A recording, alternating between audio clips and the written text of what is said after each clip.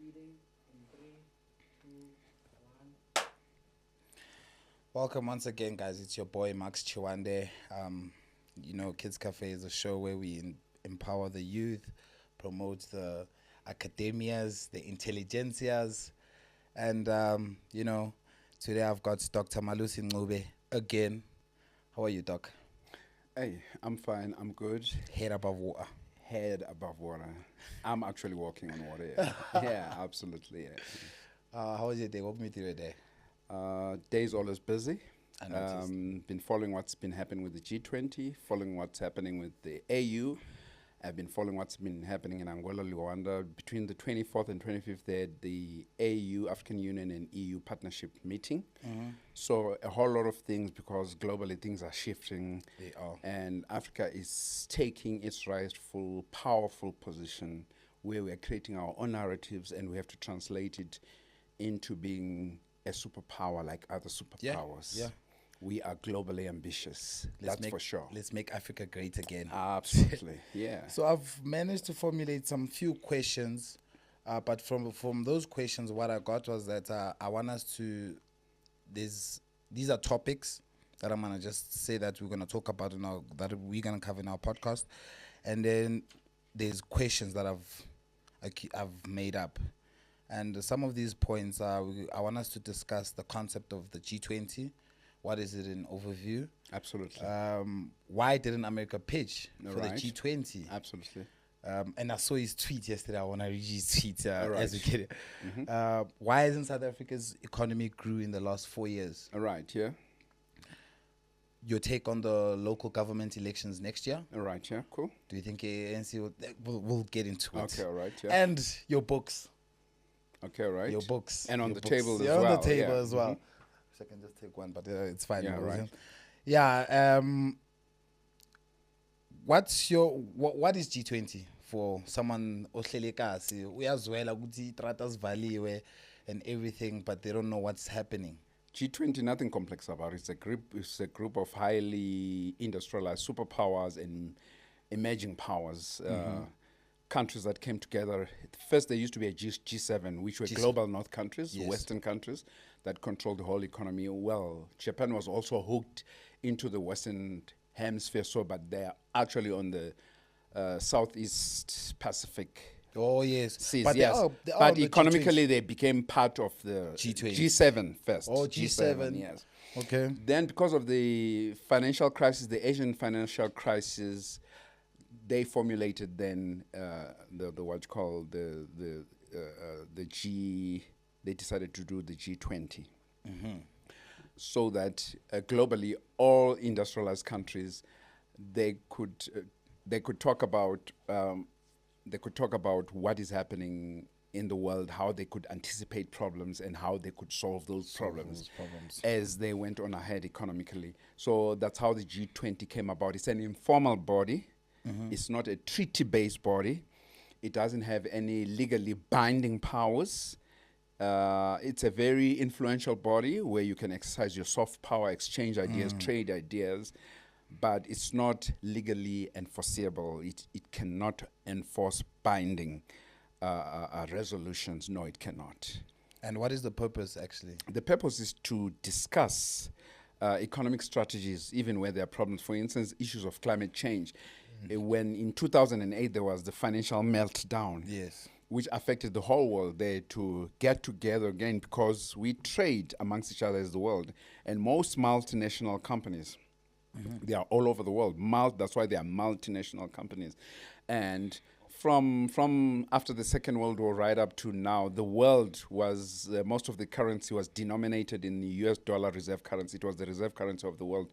So it made great sense for the countries to come together to share ideas and to see how they can help each other in terms of keeping all economies of countries of the world sustainable to the benefit of humanity. Whether that really translates as that, it's another question. But that is the whole idea of having a G20, to say, hey, there's about to be a leak over there. What do we do about this leak?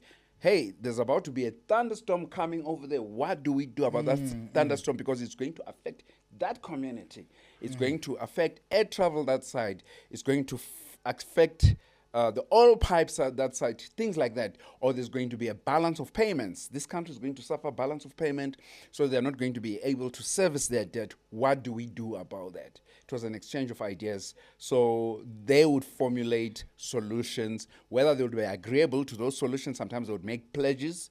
Whether they would follow through those pledges, it's another story. But that's what happened, yeah. So does the G20 have a permanent secretariat like the UN? No, it doesn't have a secretariat. It doesn't have a permanent secretariat. Hence, I said, it's an informal political forum. It's an intergovernmental body. Okay. It's not like your World Trade Organization. It's not like your United Nations. It's not like your International Criminal Court. It's not like your ICJ. Right. So it's not like your World Health Organization. All those organizations that I've mentioned, they've got permanent secretariats which make sure they drive or they administer policies that have been taken, or where policy, if it's conceptualized, then that policy, it's implemented, monitored, and evaluated. That's the whole idea of a secretariat. Yes. So we see the African Union has recently been granted a permanent membership in the G20. Absolutely, it has, because basically the world is globalized. We are interconnected. Whether to everybody's liking, probably not. Definitely not. Yes, but African Union became a member of the G20, and again, because Africa also is now the frontier of the 21st development, it was very important to bring in Africa Union, which has done very well normatively in terms of coming up with Agenda 2063, which is basically our economic blueprint of how to reposition and how to position Africa to be a superpower in the world amongst other superpowers, nothing less. And do you believe the G20 represents the interest of the developing nations, especially in Africa? Look, the fact that they speak about, if you look at it practically, if you do an audit what the G20 looks like, and if you look at its economies, obviously we are not at the same standard. True. We are not as highly developed as China. We are not as highly developed as Germany. We are not as highly developed as America. We are not as highly developed as... So we are at different strengths or different stages of development, right? But what can even happen to a lesser developed country, probably because you as Japan, you get that particular type of resource from South Africa, or you get it from Burundi, it can affect you in terms of supply chain if things are not fixed. So we are not at the same stage. No, we definitely not at the same stage. Just like all South Africans are not at the same stage in that sense with President Ramaphosa, right? He has a better salary, he has more power, everything. But it doesn't mean in that sense President Ramaphosa is superior to his South African constituency. He has to serve his constituency. So I hope that example does make a better understanding in that. Much better. Yeah, absolutely. So how can us Africans strategically use those G20 seats to influence our global policies on debt relief, climate financing, and trade information? Yes, I think so far South Africa has done well. It handled it very well. And basically, G20 cannot do it on its own because it's not an executive body. It doesn't have executive power to formulate and to implement executive policies in that sense, right?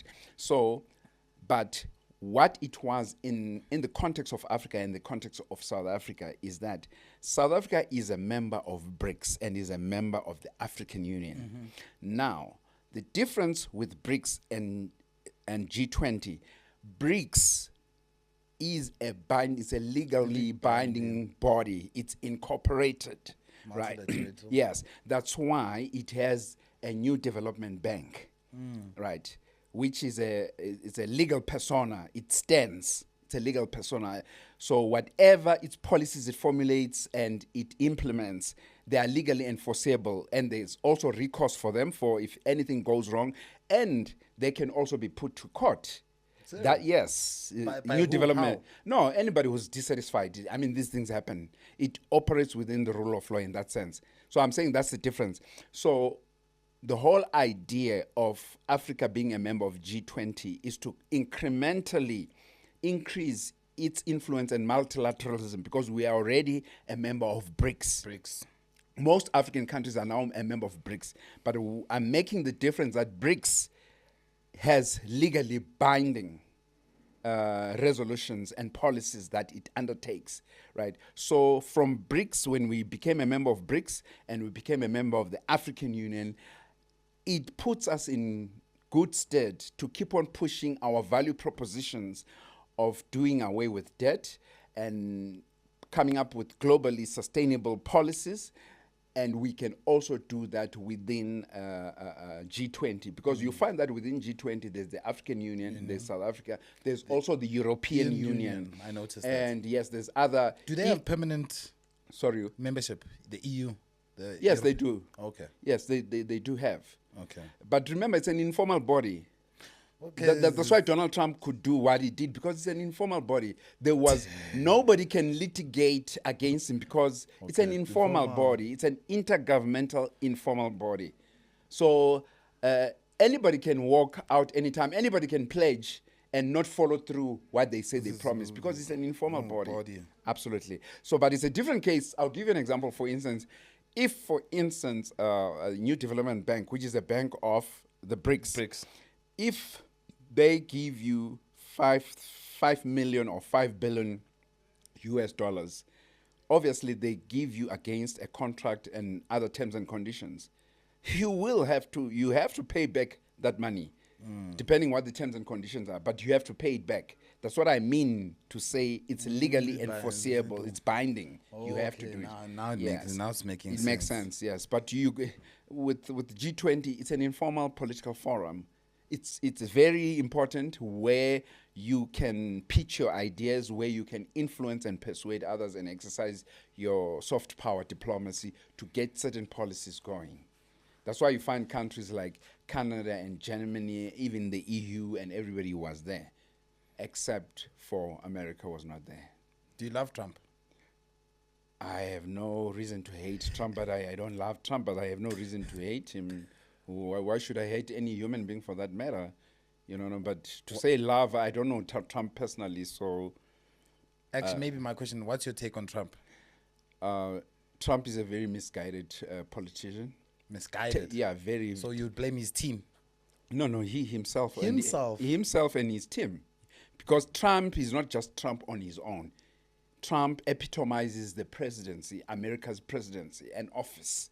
So he doesn't work alone, Trump. There's nothing he can do alone. Yes, he participates, but he agrees to certain policies after they've discussed them and all that. For instance, personally, I don't agree with the America's presidency on the issue of supporting genocide in Gaza and Palestine. That is totally wrong. I think he tweeted that yesterday, saying that I think one of the reasons why he's not coming is that South Africa is too complacent with the fact that there's a white genocide that's happening in South Africa. You and I, there's no white genocide. When our president last went to the States to meet Trump to clarify this whole issue, there were African business people, civic organizations, Afrikaners, influential Afrikaners, personalities, cultural icons and all. They were all there telling him there's nothing like that.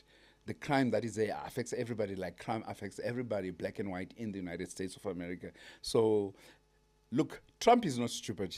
America is not stupid. The CIA is not stupid. They know exactly what is going ahead here. So basically what they're doing, they're just trying to keep their paws and interfere into our affairs for their own geopolitical reasons. One of the things, they don't like the fact that South Africa has become a member of BRICS. Yeah. And they do not like the fact that we do have military exercises like we have with them, America. We do have military exercises with China, with Russia, and they don't like that. They want now to come and tell us, no, don't do that. No, they cannot tell us not to do that, because we tell them, don't do what we're doing in Gaza and Israel.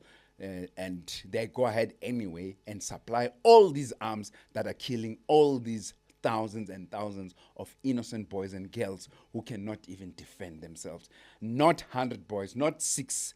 Not that even if they kill 6, it's not important, but thousands and thousands, ethnic cleansing, genocide. And there's a case against America about what they've done, and for Benjamin Netanyahu to stand and to be arraigned in front of the International Court of Law. And America, again, is not happy about that, because certain people like Donald Trump, they think they're above international law.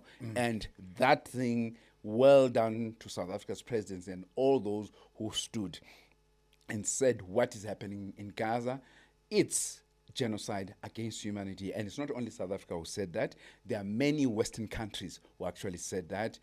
Canada being one of them. Number two, Spain being one of them. Yes, and many other countries, and who have actually recognized that Palestine must be a sovereign state. There must be a two-state solution to what is going on in there. And Donald Trump, again, is not happy with that. So other, even Western countries, have supported what South Africa is doing in terms of supporting the Palestinian issue. And supporting the Palestinian issue has got nothing to do just because we are South African, we're supporting. We know our history. We're also helped by the world to be where we are today. And we have a history with Palestine, even when Yasser Arafat was still alive. So if the whole world, even in the West, they helped us with sanctions against apartheid and all that, we do recognize us, yes. So the will of life turns. Every dog has its day. Yeah, so we help those who need to be helped because we were also helped. Nobody can claim that they do everything on their own. It's about helping each other. In African adage, we say, umuntu ngumuntu ngabantu. I am because we are because I am. There's no separation amongst human beings. But other people want to create that separation, like people who go and bomb Gaza, like people who went and killed Patrice Lumumba, like people who went and caused havoc in Libya, like people who went and attacked Iran. They have nuclear weapons. America has nuclear weapons, has used them in Japan, in Hiroshima and Nagasaki. And Israel has nuclear weapons, right? France has nuclear weapons. United Kingdom has nuclear weapons. Pakistan has nuclear weapons. India has nuclear weapons. Why can't Iran have nuclear weapons? Why can't we have nuclear weapons? Because it's a deterrent. So personally, I strongly support that Iran must develop its own strategic, autonomous deterrence of nuclear capability. Wow. And I think the International Atomic Energy Association, if I'm correct, that monitors that this country can have, this country cannot have. Who checks that? No, I'm just saying they're very biased, right? Can the UN make such decisions? Or no, it's an autonomous body on its own. Okay. It monitors nuclear energy, nuclear power. Is it used for military purposes or for peaceful purposes and all that? But what I'm saying is Iran was being vilified. They were vilifying Iran, that Iran has nuclear weapons, but Israel has nuclear weapons, but it went ahead and attacked Iran. America has nuclear weapons. I've mentioned all these countries to you. Why can't Iran exercise its own sovereign choice and have nuclear weapons? Why can't South Africa do it? Why can't Nigeria do it? I actually encourage Nigeria to have nuclear weapons. I encourage South Africa to have nuclear weapons as a deterrent. That's why the United States cannot go into China or Russia as they went into Libya or as they went into Iraq, Saddam Hussein. You understand? Because if you don't, they can just walk in and bring about havoc into your country and dismember your country. Exactly what they've done. Look at look at Libya today. Do you see what I'm saying? Look at Libya today. They've totally destroyed it. Look at Iraq, they've destroyed it. Look at Afghanistan. So nuclear weapons are a deterrent. They are very, very important as a deterrent. The father of peace and security, Johan Goldentag, once said, you cannot get peace through security, but you can get security through peace. Mm-hmm. Are you promoting realism in South Africa? Well, whatever you call it, some of these terms of whether it's realism, I know we've all learned them at school, realism, liberalism, Marxism and all that. For me, look, I've learned them. They are Eurocentric terms and all that. Yes. But what is important, I'm giving you my subjective take. It's important to have for South Africa, whether you want to call that realism or whatever, according to you, I believe it's important for my country, South Africa, to have its own nuclear deterrent. Deterrent means going up the ladder of what? Of balance of power. If I have a gun, you have a gun. You think twice before you shoot me because you know I'll shoot you. That's why nuclear weapons are there. That's why Russia has this arsenal and nobody can just, because Russia will tell you, if you cross this red line, we'll do that. Yeah. America can do the same. Yeah. It happened, I think, in 1962 when the Soviets put nuclear weapons in Cuba. And CIA and John F. Kennedy were against that, and Russia had to take them back. But the real story, mostly the world is not told. It's America who had first started to put nuclear weapons in Turkey, which is closer to Warsaw Pact countries, Eastern countries. When they did that, I think it was Khrushchev at that time, Khrushchev now went and put. All that is an exercise of balance of power. So, okay, you, America, first take off the nuclear weapons in Turkey, we will take off the nuclear weapons in. Close right. to Warsaw. So, for instance, what has happened now is that whole war that is happening in Ukraine and Russia. After Gorbachev abdicated power, and in 1991, Russia... Who's Gorbachev? He was the past USSR. Oh, president of Soviet Union at that time, yes. Yeah. So in 1991, when the Soviet Union dismembered and imploded, right? But already he had an understanding that NATO wouldn't encroach closer to the borders of Russia. But they went on anyway and did that. And Russia kept on warning, do not bring NATO closer. So in the end, they brought most of these other East European countries into NATO, and they now wanted to bring Georgia and Ukraine. Ukraine used to be part of the Soviet Union. Yes. Russia said, no, now you've crossed a red line. You are not going to do that. Because you're too So close. this is the double standard. This is the duplicity of NATO countries and of the West of America, because now they're being propelled by hubris and arrogance. They thought that they could do that, Russia, and they thought also by taking Russia's 300 billion forex reserves through the SWIFT system that is controlled by America, they were going to break Russia. I think the whole idea was to break Russia and to break it into small countries, like they've done with Yugoslavia, like they did with Libya, to dismember it into small countries, but they failed, right? Actually, Russia has actually surprised them. And Russia's economy is actually growing much better than America's economy and than Europe's economy. It's even doing much better. So that was the whole idea. But for me, the moral of the story is what Africa must learn. We must have our own autonomous nuclear deterrent. The whole idea. I also believe in that. Yes, because then we have a balance of power. That's why America or England or whoever has to think twice before they go into North Korea, because North Korea has nuclear weapons and it tests them all the time through their rockets and all that. That's the whole idea of exercising escalatory balance of power. As it escalates, you must be able to balance that, to say, if you can do this, I can do that. So that maintains peace. Otherwise, you become another Libya, you become another Yugoslavia, you become another country like Iraq or Afghanistan. They can just walk in and all that and do that.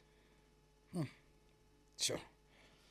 No, let me tap into other questions, because we can tap into this the whole day, because it just shows that these people are not really fully done with us, and we know who we're talking about here.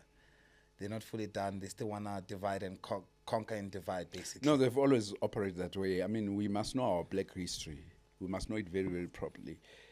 Right from the beginning of time, we were a great people. Then, unfortunately, then came the issue of slavery. Then came colonization, right? Then neocolonialism. But the wheel is turning. Yeah, we are visibly becoming great again, and we will be so great. Yeah. And I want African people globally to believe that.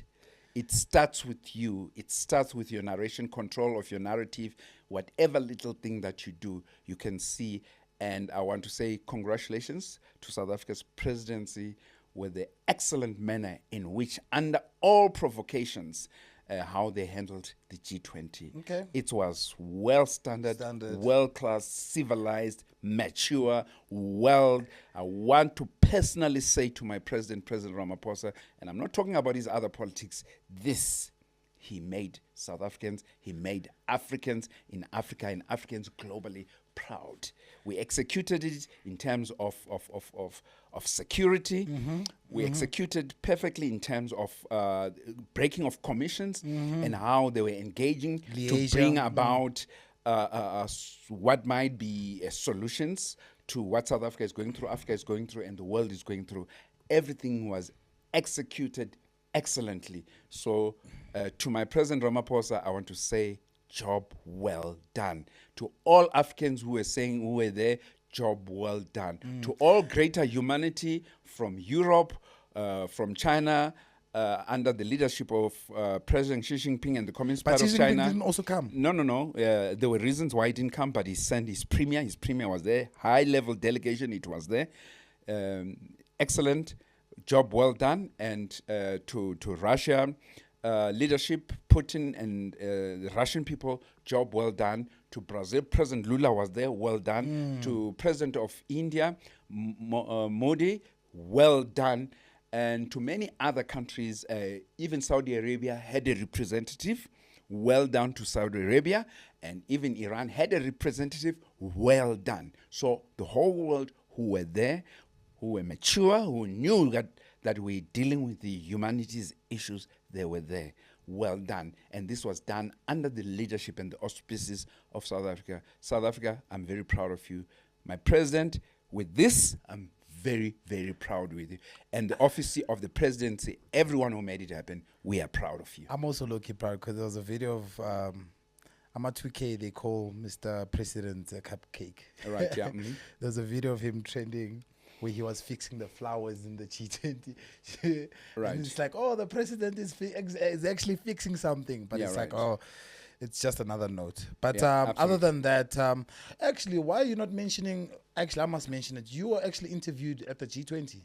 Yes, I was. Let's talk about it. Let's unpack it a bit, maybe a good 2 minutes. No, basically, talking why was the United States not there? Look, America, we recognize it's a sovereign country.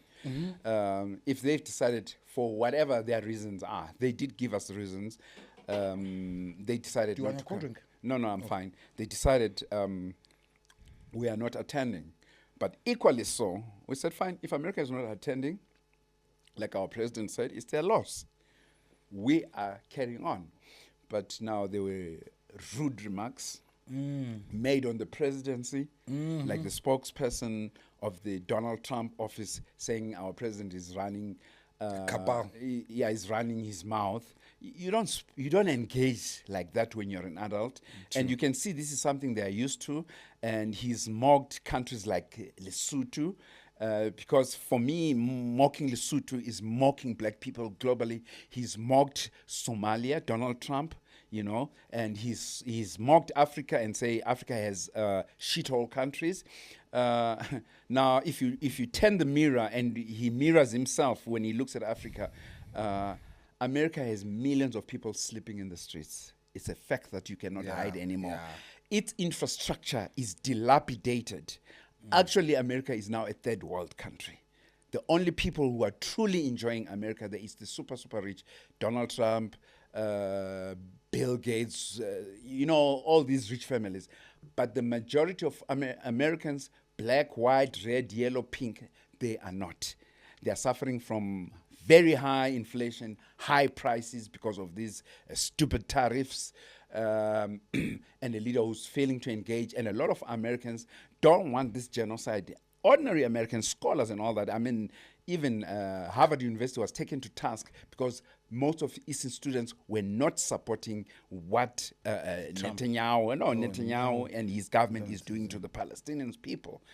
So many American intellectuals, there are many ordinary Americans. So what I'm trying to say is, Trump, he gets away with being rude. It's just that our president is very mature and all that. But I totally believe us non-state actors, scholars, ordinary people, we must meet fire with fire. You know, we must have a voice and exercise that voice and tell the world the way he talks, the way he engages. We can talk back to him. We live in a digitalized world. We will tell him exactly what we think and all that. So if he calls our continent a shithole continent and he wants to pretend and say in Nigeria the government is killing Christians, which is a lie, it's a pretext, right? Because now Nigeria wants to denominate some of its oil in other currencies, in its local currency and in the Chinese yuan and other currencies, and probably central bank digital currencies through blockchain payments. And he wants to use the pretext of saying Christians are being killed. I mean, we're not stupid. Is he stupid himself? Because he's busy supplying arms to Netanyahu, and he's killed thousands and thousands of defenseless children. Now, and he even made a statement, we will take over Gaza and even own it and build a Riviera. You are not sensitive to kids and you tell us you want to save kids. We don't need you. We don't need you. You look at yourself, you in the mirror, and let's see now, today, which is the shithole country. We have to finish it up with the Trump. 2026, America is hosting the G20, if I'm not mistaken. And we're not invited.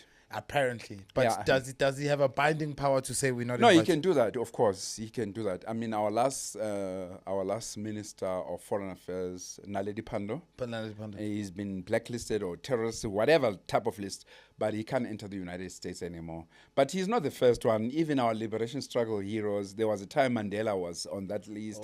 Tokyo Swale was on that list. Many others. So it's not a new thing. So we shouldn't be scared. No. If they don't want us there, it doesn't matter. It's an informal body. We'll find other avenues. The good thing about whatever he does, what he does is other players, other sovereign countries are looking. And what Donald Trump and his America's policies are doing globally, they are not generating global trust. And if you do not generate global trust, people cannot do business with you. True. People cannot do business. Malusi, what do you mean by that? People cannot do business? To some extent, yes, people are still doing business with you. But America is declining. Its debt is over $37 trillion. Number two, countries are strategically offloading. They are no more buying American treasury bonds. Yes, I saw that. Yeah. I was reading an article about China that. is strategically offloading on America's treasury bonds. Russia is offloading America's treasury bonds. Many countries are doing that. And most central banks of the world, they are packing up their foreign reserves with real money, the traditional real money. And what is that real money? It's gold. Because gold is almost immutable, you cannot fake it, you cannot change it. That it becomes the default hedge of your economic system. No more the U.S. reserve currency. Now, my point is, how stupid can you be? You have a currency, the U.S. dollar reserve currency that was as good as gold,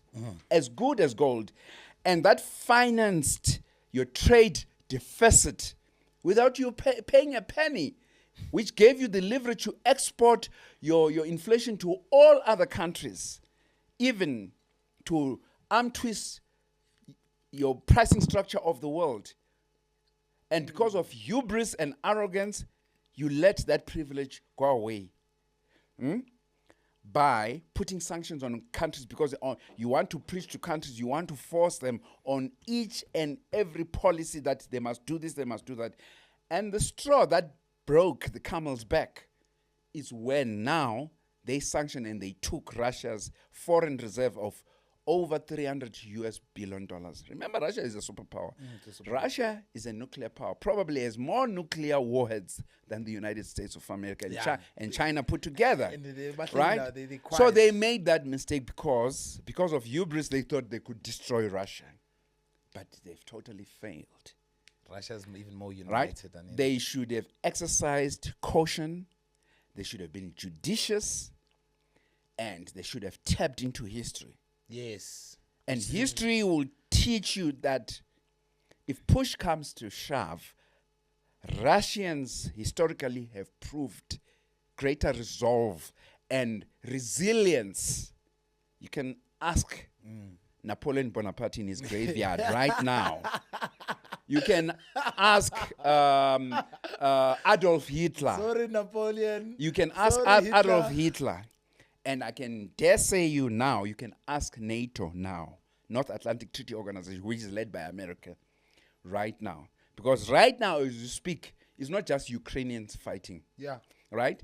The people now who are there's even actually American and British personnel who are there. In Ukraine. Yeah.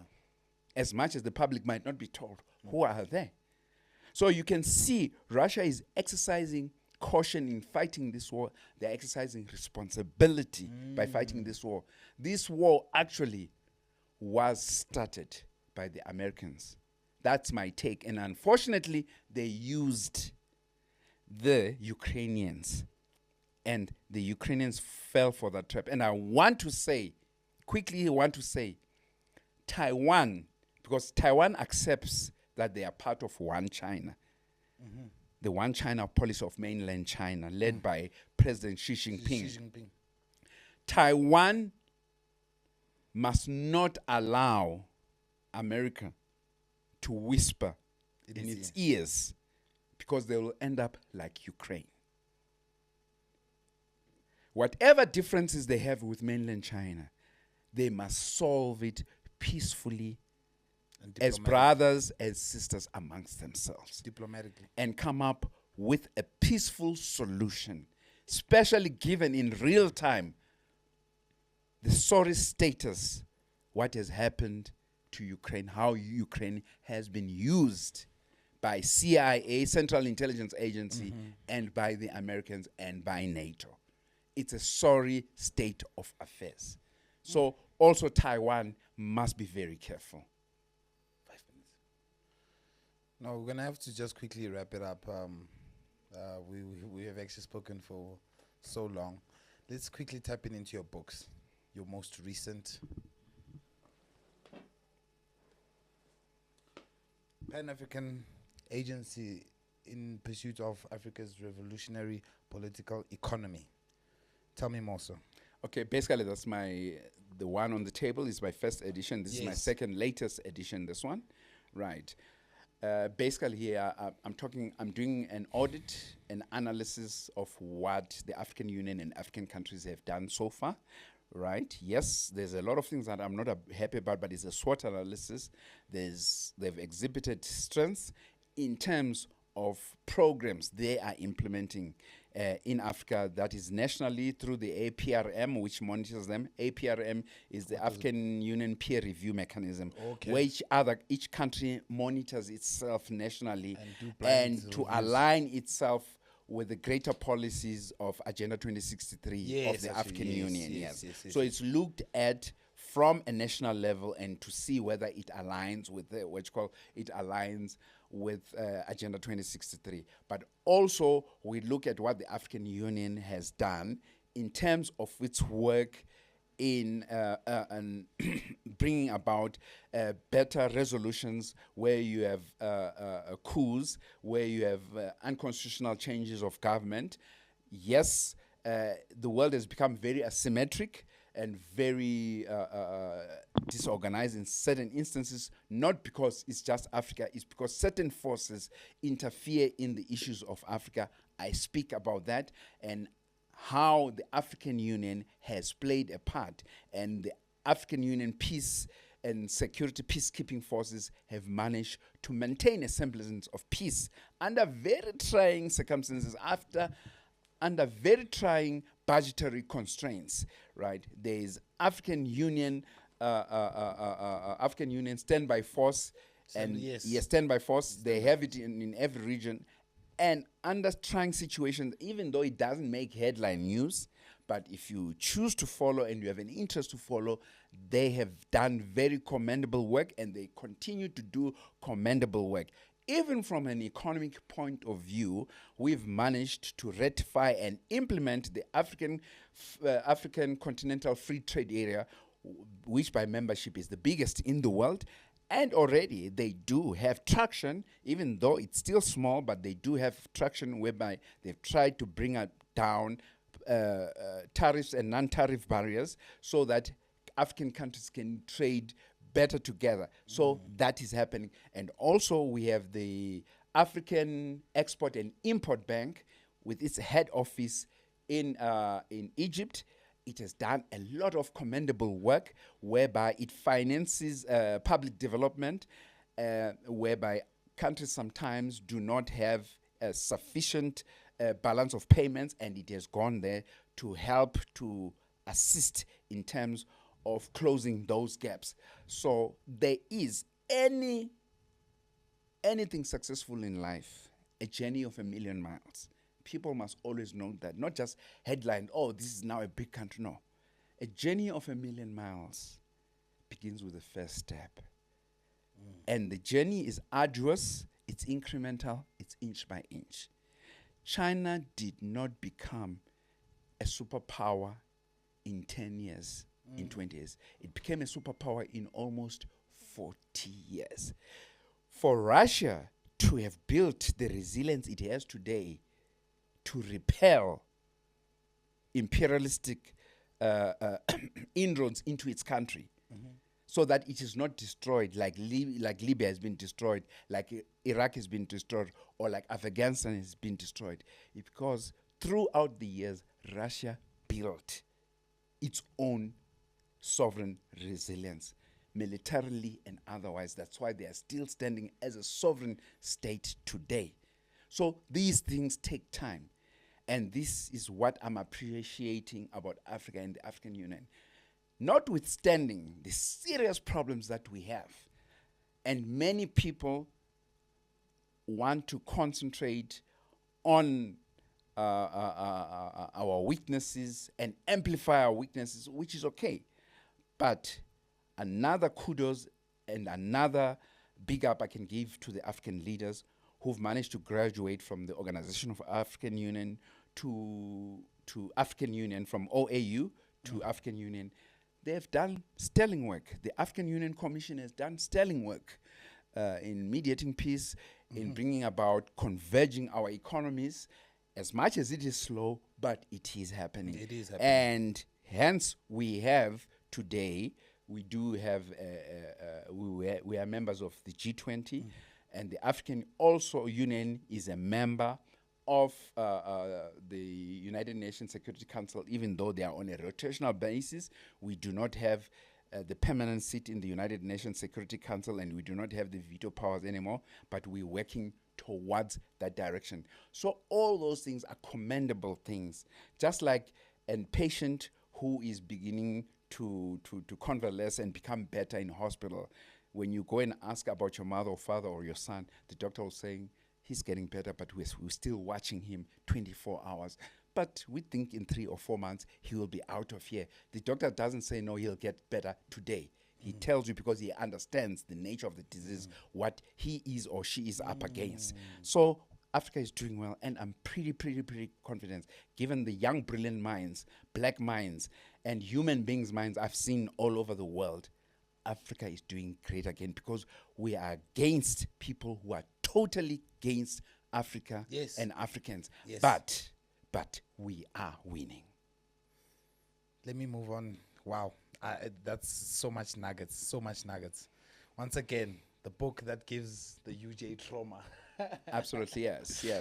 So that book actually is called Uniting Africa, The Politics of Regional Integration and Development Cooperation, which is happening now in real time. It audits all... But wait, before you tap into that, so Dr. Malusi had a book launch at the library where I'm working, level 6. Wow, we host hybrid events, AVU events, and this year you're the only one that made that place full, like over prop full, where it's like we had to even get the UJ risk management team to come help us with the stampede and stuff like that. I think you brought in about more than 500 people. Kudos to you, congrats to you. You're doing groundwork, sir. But please do carry on. It's just a nugget that I just wanted to No. Thank you so much. I really appreciate that, and I also want to appreciate the leadership at UJ, our vice chancellor. I appreciate him. Prof. Mpedi, Prof. Mpedi. I want to appreciate our executive dean, Professor Camilla Naidu. Yes. I want to also appreciate our vice dean, Professor Pragna. I want to appreciate academic director Susie Graham. Hi, Susie. Yes, these are all people who've played a part and brought about positive fruition to be where I am today. But if I'm closing quickly, I just want to say we want a peaceful world. We want a multipolar world. Nobody's saying a multipolar world is going to be safe and all that, but let's make it safe. If there's a problem, let's talk about that problem. And I personally, America must come in. We hope Trump will have a change of mind. And some phone, magam. No, but I'm just saying, when you're showing leadership, you must be reconciliatory. South Africa was reconciliatory to the very people who othered us, who treated us as animals, that is apartheid architects. So we must be reconciliatory, but it doesn't mean we're naive or we are gullible, we're going to be taking over. And we want to say countries must exercise their own deterrence for the safekeep of their sovereignty, and that particular also I'm saying to Iran, because there's present and clear danger, and that Iran, if it's not careful and totally prepared, they might want to do a regime change in Iran. So Iran must be very careful, Venezuela must be very careful, Russia must be very careful, even South Africa must be careful. South Africa's countries must be very, very careful. We want peace, and we want equitable justice for everyone in the whole world. Dr. Malusi MNCUBE, thank you for your time. Thank you, sir. Thank you so much, my brother. I really appreciate you. All right. Good luck for your next books. Oh, and Dr. Malusi is having a book tour this whole December. You're going to be traveling different provinces, different countries, and so on. Yes, definitely. I'll be selling my books, and especially the first one. Yes, so if there's anybody, my cell number is 078 86814451. Call me. I'll give you or send me a WhatsApp. If anybody can help, if you can buy in bulk, I do have the books. If you want to buy 10, if you want to buy 20, if you want to buy 100, really this whole festive season, I'm busy working, trying to sell my books, because sometimes when you're still starting, publishers, they don't go out of the way for you. You have to go all out for yourself. So anybody who can support me from any part of the world, please, you're more than welcome. I have the books available. I can send them to any part of the world. I would really, really, really appreciate your support. No, man, thank you once again from the youth to the youth. And also, thank you to Bali for being the director and the producer for our show. Thank you to Ma'am Desiree for organizing this sit down. I really appreciate you, ma'am. Thank you to Rolani for the support of helping with the administration work. Thank you to Uncle Tembela on the first episode. And as well, guys, please like, subscribe. The podcast is on YouTube, Spotify, Apple Podcasts, kiids.cafe.main. That's on Instagram, kiids.cafe. That's on Instagram. So please do, if you want to have a sit down, a lunch, or a podcast, please do WhatsApp me and we can get into it. And thank you once again, sir. Thank you so much. Appreciate you. Greatly appreciate it. Hey there, Bravo. Greatly appreciate it. Yeah.